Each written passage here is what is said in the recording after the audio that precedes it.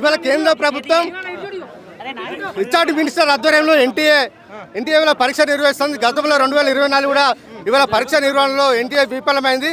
అయినప్పటికీ దేశవ్యాప్తంగా కూడా అందరూ ధర్నాలు వేసి ఎన్టీఏ రద్దు అని చెప్పి కోరినా కూడా ఇవాళ కేంద్ర ప్రభుత్వం కూడా ఏడా చర్యలు తీసుకోలేదు. గత సంవత్సరం కూడా JEE ఎగ్జామ్ నిర్వహణ కూడా ఎన్టీఏ విఫలమైంది.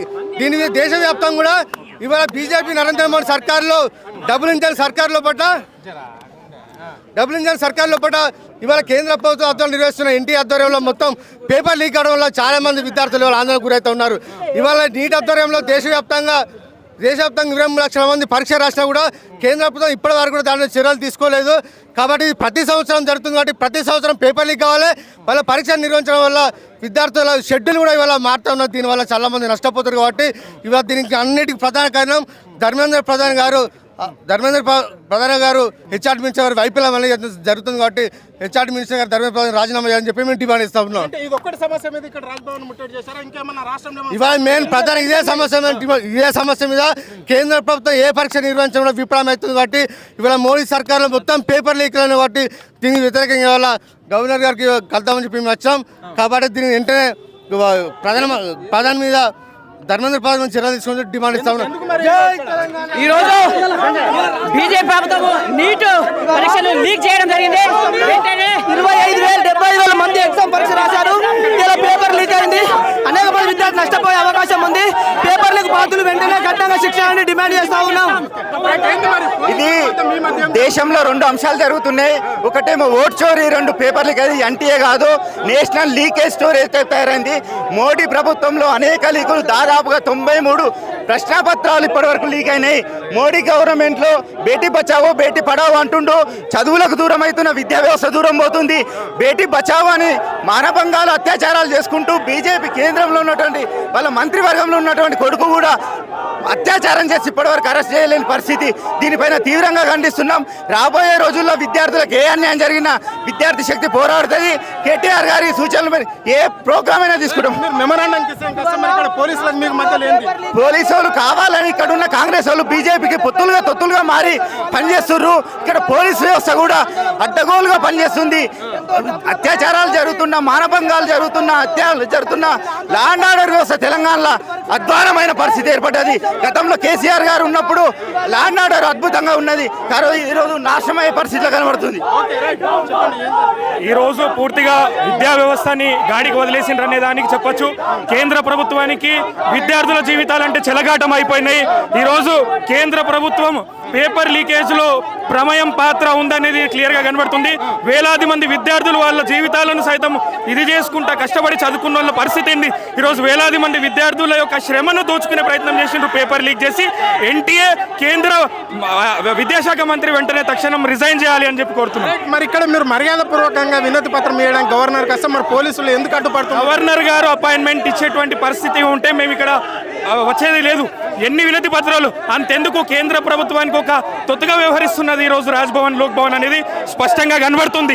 ఏడ కూడా ఈరోజు విద్యార్థులంటే ఒక యంత్రాంగాల్లాగా వాళ్ళ జీవితాలతో ఆడుకుంటున్నారు. ఈరోజు గవర్నర్ గారు స్పందించాలి. గవర్నర్ గారు వెంటనే దీనిపైన స్పందించాలి. వినతి పత్రం ఇవ్వడానికి వెళ్ళేటువంటి క్రమం చేసినా కూడా అపాయింట్మెంట్ ఇచ్చే పరిస్థితి లేదు. కాబట్టి ఈరోజు నిరసన తెలియజేయాల్సి వచ్చింది. వెంటనే దీనికి బాధ్యతగా కేంద్ర మంత్రి, విద్యాశాఖ మంత్రి రిజైన్ చేయాలి. ఎన్టీఏ కూడా దీనికి పూర్తి బాధ్యత వ్యవహరించాలి. ఇది పరిస్థితి. అంటే నీటికి సంబంధించిన విషయంలో పిల్లలు ఎంతో మంది చదువుకొని కూడా అనవసరంగా వాళ్ళు డిప్రెషన్లోకి వెళ్ళిపోతారు అని చెప్పేసి వాళ్ళు చెప్తున్నారు. ఏం జరుగుతుంది ఇక్కడ? ఎందుకు మరి పోలీసులు మేము అడ్డుపడుతున్నారు? పోలీసుల జులుం మీరు చూస్తున్నారా? ఎన్ని అరెస్టులన్నా అది లాఠీ చార్జ్, ఏం లాఠీ చార్జ్ చేస్తున్నారు నాకు అర్థం కాదు. విద్యార్థుల లాఠీ చార్జ్ చేస్తారా అన్న? మేము అనుకుంటే ఏమవుతుంది అన్న? 200 మంది కాదు, ఇంకా 1000 మందితో రాజ్భవన్ ముట్టడికి నెక్స్ట్ మేము సిద్ధపడతామని చెప్తాను. కేంద్ర ప్రభుత్వం పైన మీరు ఇది చేస్తుంటే, నీటి పేపర్ పైన మీరు ముట్టడికి వస్తుంటే ఇక్కడ రాజ్భవన్కి వస్తే మరి ఎందుకు మిమ్మల్ని అరెస్ట్ చేస్తున్నారు? ఇదో పెద్ద సిగ్గుచేటు నరేంద్ర మోదీ గారి ప్రభుత్వానికి. ఈరోజు పేపర్ లీక్ అయిన రాష్ట్రాలలో రాజస్థాన్, మహారాష్ట్ర ఉండడం అనేది నరేంద్ర మోదీ ప్రభుత్వానికి. పోలీసుల జులుం మీరు చూస్తున్నారు. మరి ఇంత కఠినంగా పోలీసు వాళ్ళు ఎవరైతే లీక్ చేశారో వాళ్ళ శిక్షించాల్సింది పోయి ప్రశ్నించిన విద్యార్థుల మీద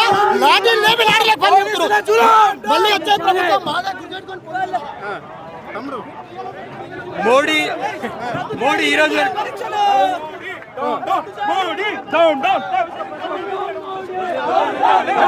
చూస్తున్నాం కదా ఇక్కడ వాళ్ళు నువ్వు ఇష్టానుసారంగా రమ్మని చెప్పు. ఈరోజు బీజేపీ ప్రభుత్వంలో లీకులు ఓటు చోరీ రూపంలో అనేక వివాదాలు జరుగుతున్నాయి. నరేంద్ర మోడీ దాదాపుగా 32 లక్షల మంది విద్యార్థులను, పేద ప్రజలను రాత్రింబాలు నిద్ర లేకుండా చదువుకున్నటువంటి మెడిసిన్కు నీట్ కోసం ప్రిపేర్ అవుతున్నటువంటి విద్యార్థులకు అన్యాయం చేస్తుండు. ఈ అన్యాయాన్ని అరికట్టాలి. ఎన్టీఏ బాధితులను వెంటనే అరెస్ట్ చేయాలి. సిబిఐ దర్యాప్తు కూడా జరిపించాలని చెప్పి విజ్ఞప్తి చేస్తున్నాం. ఇది పరిస్థితి. నీట్ను ఎవరైతే వాళ్ళు కూని చేశారో వాళ్ళని అరెస్ట్ చేయకుండా, వాళ్ళని లీకేజ్ చేసిన వాళ్ళను చేయకుండా మమ్మల్ని అరెస్ట్ చేయడం ఏంటి, మమ్మల్ని కొట్టడం ఏంటి, ఇక్కడ పోలీసుల అరాచకము రోజు రోజుకు పెరిగిపోతుంది అని చెప్పేసి వాళ్ళు క్లుప్తంగా చెప్పడం అనేది అయితే జరుగుతుందని కూడా మనం చూసుకోవచ్చు. ఇంకా కొంతమంది ఇక్కడ విద్యార్థి నాయకులను అంటే వాళ్ళని వెంటనే అరెస్టులు చేసి వాళ్ళను ఠాణాలకు తరలించే ప్రయత్నం అయితే ఇక్కడ పోలీసులు చేస్తున్నారని చెప్పుకోవచ్చు. నీట్ ఎగ్జామ్ క్యాన్సిల్ ఏమవుతుందా, విద్యార్థులు ఏమవుతారన్నా, ఎంత ఉత్తడికో ఎంత ఆగండమ్మా పోతా ఆగండి, ఒక్క నిమిషమమ్మా మాట్లాడియండి, మీడియాతో మాట్లాడినమ్మా పోతా. విద్యార్థులు ఎంత ఒత్తిడికి ఉన్నారన్నా, వాళ్ళు చేసే తప్పుకి మేము పని కావాలన్నా, ఎంతమంది విద్యార్థులన్నా రానికి పోనీకి అందరికి ఆగమ్మా ఒక్క నిమిషం ఆగు. ఇప్పుడు విద్యార్థులు ఎంత ఒత్తిడికి గురవుతారన్నా మీరు చెప్పాలి. దూరంకి వెళ్ళి వచ్చి వాళ్ళకి వసతి, గృహము, బస్సు ఛార్జీలు అన్నీ పెట్టుకొని వీడికి వస్తారు. వీడికి వచ్చి ఎగ్జామ్ రాసిన తర్వాత ఆ ఎగ్జామ్ రద్దయిందంటే ఎవరు తప్పన్నా, అది ఎవరు నిర్లక్ష్యం, అది వెంటనే central minister, education central minister వెంటనే రాజీనామా చేయాలి. లేకుంటే మీరు బీజేపీ సర్కార్ ఏదైతుందో ఫెయిల్డ్ సర్కార్, కాంప్రమైజ్ బీజేపీ అని చెప్పి మేము అంటున్నాం అన్న. అది ఎంతమంది విద్యార్థులు ఇవాళ ఒక విద్యార్థి ఆత్మహత్య ప్రయత్నం చేసిండు, దానికి బాధ్యత ఎవరు? అందుకే మేము ఇలా ఓన్లీ ఈ నెట్ సమస్య మీద ఇక్కడ ముట్టడికి వచ్చారా, ఇంకేమైనా సమస్యలు? నీట్ ఒకటి, మళ్ళీ 10+2 ఒకటి, అసలు విద్యార్థి రంగం ఏడిపోతుంది అన్న, సిలబస్ ఏడిపోతుంది, స్కాలర్షిప్స్ లేవి, రియంబర్స్మెంట్ ఏది, గురుకులాల ఫుడ్ ఏది, ప్రతిదీ స్కామ్లు, బంకచర్ల బెడ్ స్కామ్ 100 కోట్ల అన్న, గురుకులాలకు పాఠశాలకు మీకు బిల్లులు ఇస్తురా అన్న, అసలుకి ఏమవుతుంది అన్న? మాకు ప్రధానంగా మా డిమాండ్ ఏంది, మాకు న్యాయం చేయాలనేది మాకు డిమాండ్. ఇది పరిస్థితి ఇక్కడ మనం చూస్తున్నాం కదా. పోలీసులు ఏకంగా లాఠీ చార్జ్ కూడా చేసే ప్రయత్నం అయితే మనం చూస్తున్నాం కదా. ఇక్కడ బీఆర్ఎస్ విద్యార్థి విభాగాల నాయకుల పైన పోలీసులు ఏకంగా లాఠీ చార్జ్ కూడా చేయడం అనేది అయితే జరుగుతుంది. ఇక మనం వాళ్ళైతే డైరెక్ట్గా నేరుగా గేట్ లోపలికి వెళ్ళిపోవడం అనేది జరుగుతుంది. ఇక్కడ చూస్తున్నాం కదా, ఇక పోలీసుల అరాచకాలు మాత్రము విపరీతంగా, పోలీసులు మాత్రం అక్కడ విద్యార్థి నాయకులను ఇచ్చిన వీడియో కొట్టడం అనేది కూడా జరుగుతున్నది. ఇక మనం స్పష్టంగా కనిపిస్తుంది. చెప్పండి ఏం జరుగుతుంది ఇక్కడ?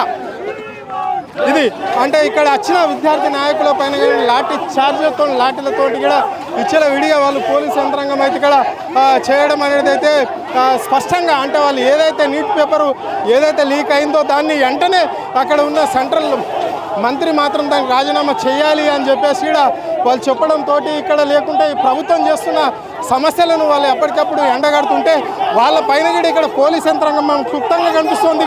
చూస్తున్నాం కదా ఇక్కడ విద్యార్థి నాయకులు, పోలీసులు డౌన్ అన్నప్పటికీ కూడా వాళ్ళని లాఠీలతో కొట్టడం అనేది అయితే జరుగుతుంది. మ్యాన్ హ్యాండింగ్ పోలీసులకు విద్యార్థులకు మధ్య మాత్రం బాగా ఇక్కడ రసభసంగా మారింది అని కూడా మనము స్పష్టంగా కనిపిస్తుంది అని కూడా మనం చెప్పుకోవచ్చు. ఇక్కడ చూస్తున్నాం కదా పోలీసులు కూడా ఇక్కడ రానియకుండా అడ్డుపడుతున్నారని కూడా మనం చెప్పుకోవచ్చు. అంటే ఇక్కడ విద్యార్థి నాయకులకు పోలీసులకు మాత్రము రసభసంగానే కొంచెం తొప్పుసులాట జరిగింది. ఇదే నేపథ్యంలో పోలీసులు వాళ్ళపైన మ్యాన్ హ్యాండిల్ చేసినట్లయితే మనకు క్లుప్తంగా కనిపించింది. వాళ్ళు ఏదైతే నీట్ పేపర్ లీక్ చేసిరో దాన్ని రాజ్భవన్కి వచ్చేసి అక్కడ వినతి పత్రం ఇచ్చి కలుద్దామంటే ఇక్కడ గవర్నర్ కూడా అపాయింట్మెంట్ ఇవ్వలేడు అని చెప్పేసి అక్కడ ఎవరైతే ఎన్డీఏ ప్రభుత్వం ఏదైతే ఇలాంటి అరాచకాలకు చేస్తుందో అలాంటి వాళ్ళను అరెస్టులు చేయకుండా, అలాంటి వాళ్ళను జైళ్ళలో పెట్టకుండా కేవలం విద్యార్థి నాయకులను ఏళ్ల కొద్దీ తడబడి చదువుకుంటున్న విద్యార్థి నాయకులకు మోసం చేయడం ఏంటి అని చెప్పేసి అడిగితే ఇక్కడ రాష్ట్ర సర్కార్తో కుమ్మక్కై ఇప్పుడు మనం చూస్తున్నాం కదా, బండి భగీరథ్ కేసును పక్కకు పట్టించి మమ్మల్ని అనవసరంగా చదువుకునే విద్యార్థులపైనే ఇట్లాంటి దాడులు చేస్తున్నారు, ప్రశ్నించే గొంతులను లేకుండా చేయడం ఇక్కడ వీళ్ళొక అదిగా పెట్టుకున్నారు అని చెప్పేసి ఇక్కడ వాళ్ళు స్పష్టంగా చెప్పడం అనేది జరుగుతుంది. ఇక్కడ పోలీస్ ఆఫీసర్కి కూడా ఇక్కడ గాయాలైన పరిస్థితి అయితే ఈ తోపులాటలు మనకు స్పష్టంగా కనిపిస్తున్నది. మనకు చూస్తున్నాం కదా ఇక్కడ సార్ సార్ ఏం జరిగింది ఇది చూసినాం కదా మనము ఆయనకు కూడా ఇక్కడ అంటే విద్యార్థులకు ఆయన మధ్యలో తొక్కుసలాట కావడంతో పోలీసు వాళ్లకు తడగడం అనేది జరిగింది. కానీ ఇక్కడ ఈరోజు మాత్రం రాజ్భవన్ ముట్టడికి వచ్చిన విద్యార్థులను మాత్రము విపరీతంగా వాళ్ళు కొట్టడం అనేది అయితే జరిగిందని కూడా మనకు స్పష్టంగా మనం చెప్పుకోవచ్చు. ఇది అంటే ఇప్పటికీ ఇక్కడ ఎవరైతే విద్యార్థి నాయకులు వస్తారో వాళ్ళని వెంటనే అరెస్ట్ చేయాలని చెప్పేసి వాళ్ళని వివిధ ఠాణాలకు తరలించే పరిస్థితి అయితే మనకు కనిపిస్తుంది కదా. ఇక్కడ మనం చూస్తున్నాము వాళ్ళను కింద పడేసి కూడా తొక్కిన పరిస్థితి అయితే మనకు క్లియర్గా కనిపించిన ఘటన అయితే మనకు కనిపిస్తుంది. అంటే ఇది ఏది ప్రశ్నించే గొంతులనే ఉంచకుండా ఈ రాష్ట్ర ప్రభుత్వం కేంద్ర ప్రభుత్వం చేస్తుంది అని చెప్పేసి కూడా కొంతమంది విద్యార్థి నాయకులు కూడా మనకు స్పష్టంగా చెప్పడం అనేది అయితే జరిగింది. ఇక్కడ రాజ్భవన్ చుట్టూ పరిసరాల్లో ఇక్కడ పక్కన రోడ్డు ఉంటుంది. రోడ్లపైన కూడా కొంతమంది పడ్డ పరిస్థితి ఉన్నది. వాహనదారులు కూడా ఇక్కడ పోయేటప్పుడు విద్యార్థులకు పోలీసులకు మధ్య విద్యార్థి నాయకులకు పోలీసుల మధ్యలో తొప్పులాటలో వాళ్ళ ఒకరిపై ఒకరు చేసుకున్న నేపథ్యంలో వాహనదారులు కూడా వస్తా ఇబ్బంది పడ్డారని కూడా మనం చెప్పుకోవచ్చు. ఇక్కడ మనం చూస్తున్నాం కదా రాజ్భవన్ చుట్టూ మాత్రం పోలీస్ యంత్రాంగం కనిపిస్తున్నది, పోలీస్ వెహికల్సే కనిపిస్తున్నాయి. ఎవరైతే వస్తారో ఆ విద్యార్థులను వెంటనే అరెస్ట్ చేసి టాన్లోకి వేసే పరిస్థితి అయితే ఇక్కడికి వెళ్ళైతే మనకు కనిపిస్తుంది. రాష్ట్ర ప్రభుత్వం దీన్ని ప్రశ్నించవలసింది పోయి ఎన్డీఏ ప్రభుత్వానికి మాత్రం ఒత్తాస పలుకుతుంది, అక్కడ నరేంద్ర మోడీ ప్రభుత్వానికి అని చెప్పేసి కూడా విద్యార్థి నాయకులు స్పష్టంగా చెప్పడం అనేది అయితే జరిగింది. అంటే కేంద్ర మంత్రి అయిన ఎడ్యుకేషన్ మంత్రిని వెంటనే సస్పెండ్ చేయాలని చెప్పేసి కూడా వాళ్ళు కోరుకోవడం అనేది జరిగింది. ఏళ్ళ కొద్ది చదువుతున్న విద్యార్థుల భవిష్యత్తు ప్రతిసారి ఇంతే కేంద్ర ప్రభుత్వం చేస్తున్న ఈ పనులకు పట్టించుకోకుండా కేవలం విద్యార్థులపైన విద్యార్థి నాయకులపైన ఫోకస్ చేస్తుంది అని చెప్పేసి వారు స్పష్టంగా చెప్పడం అనేది జరిగింది.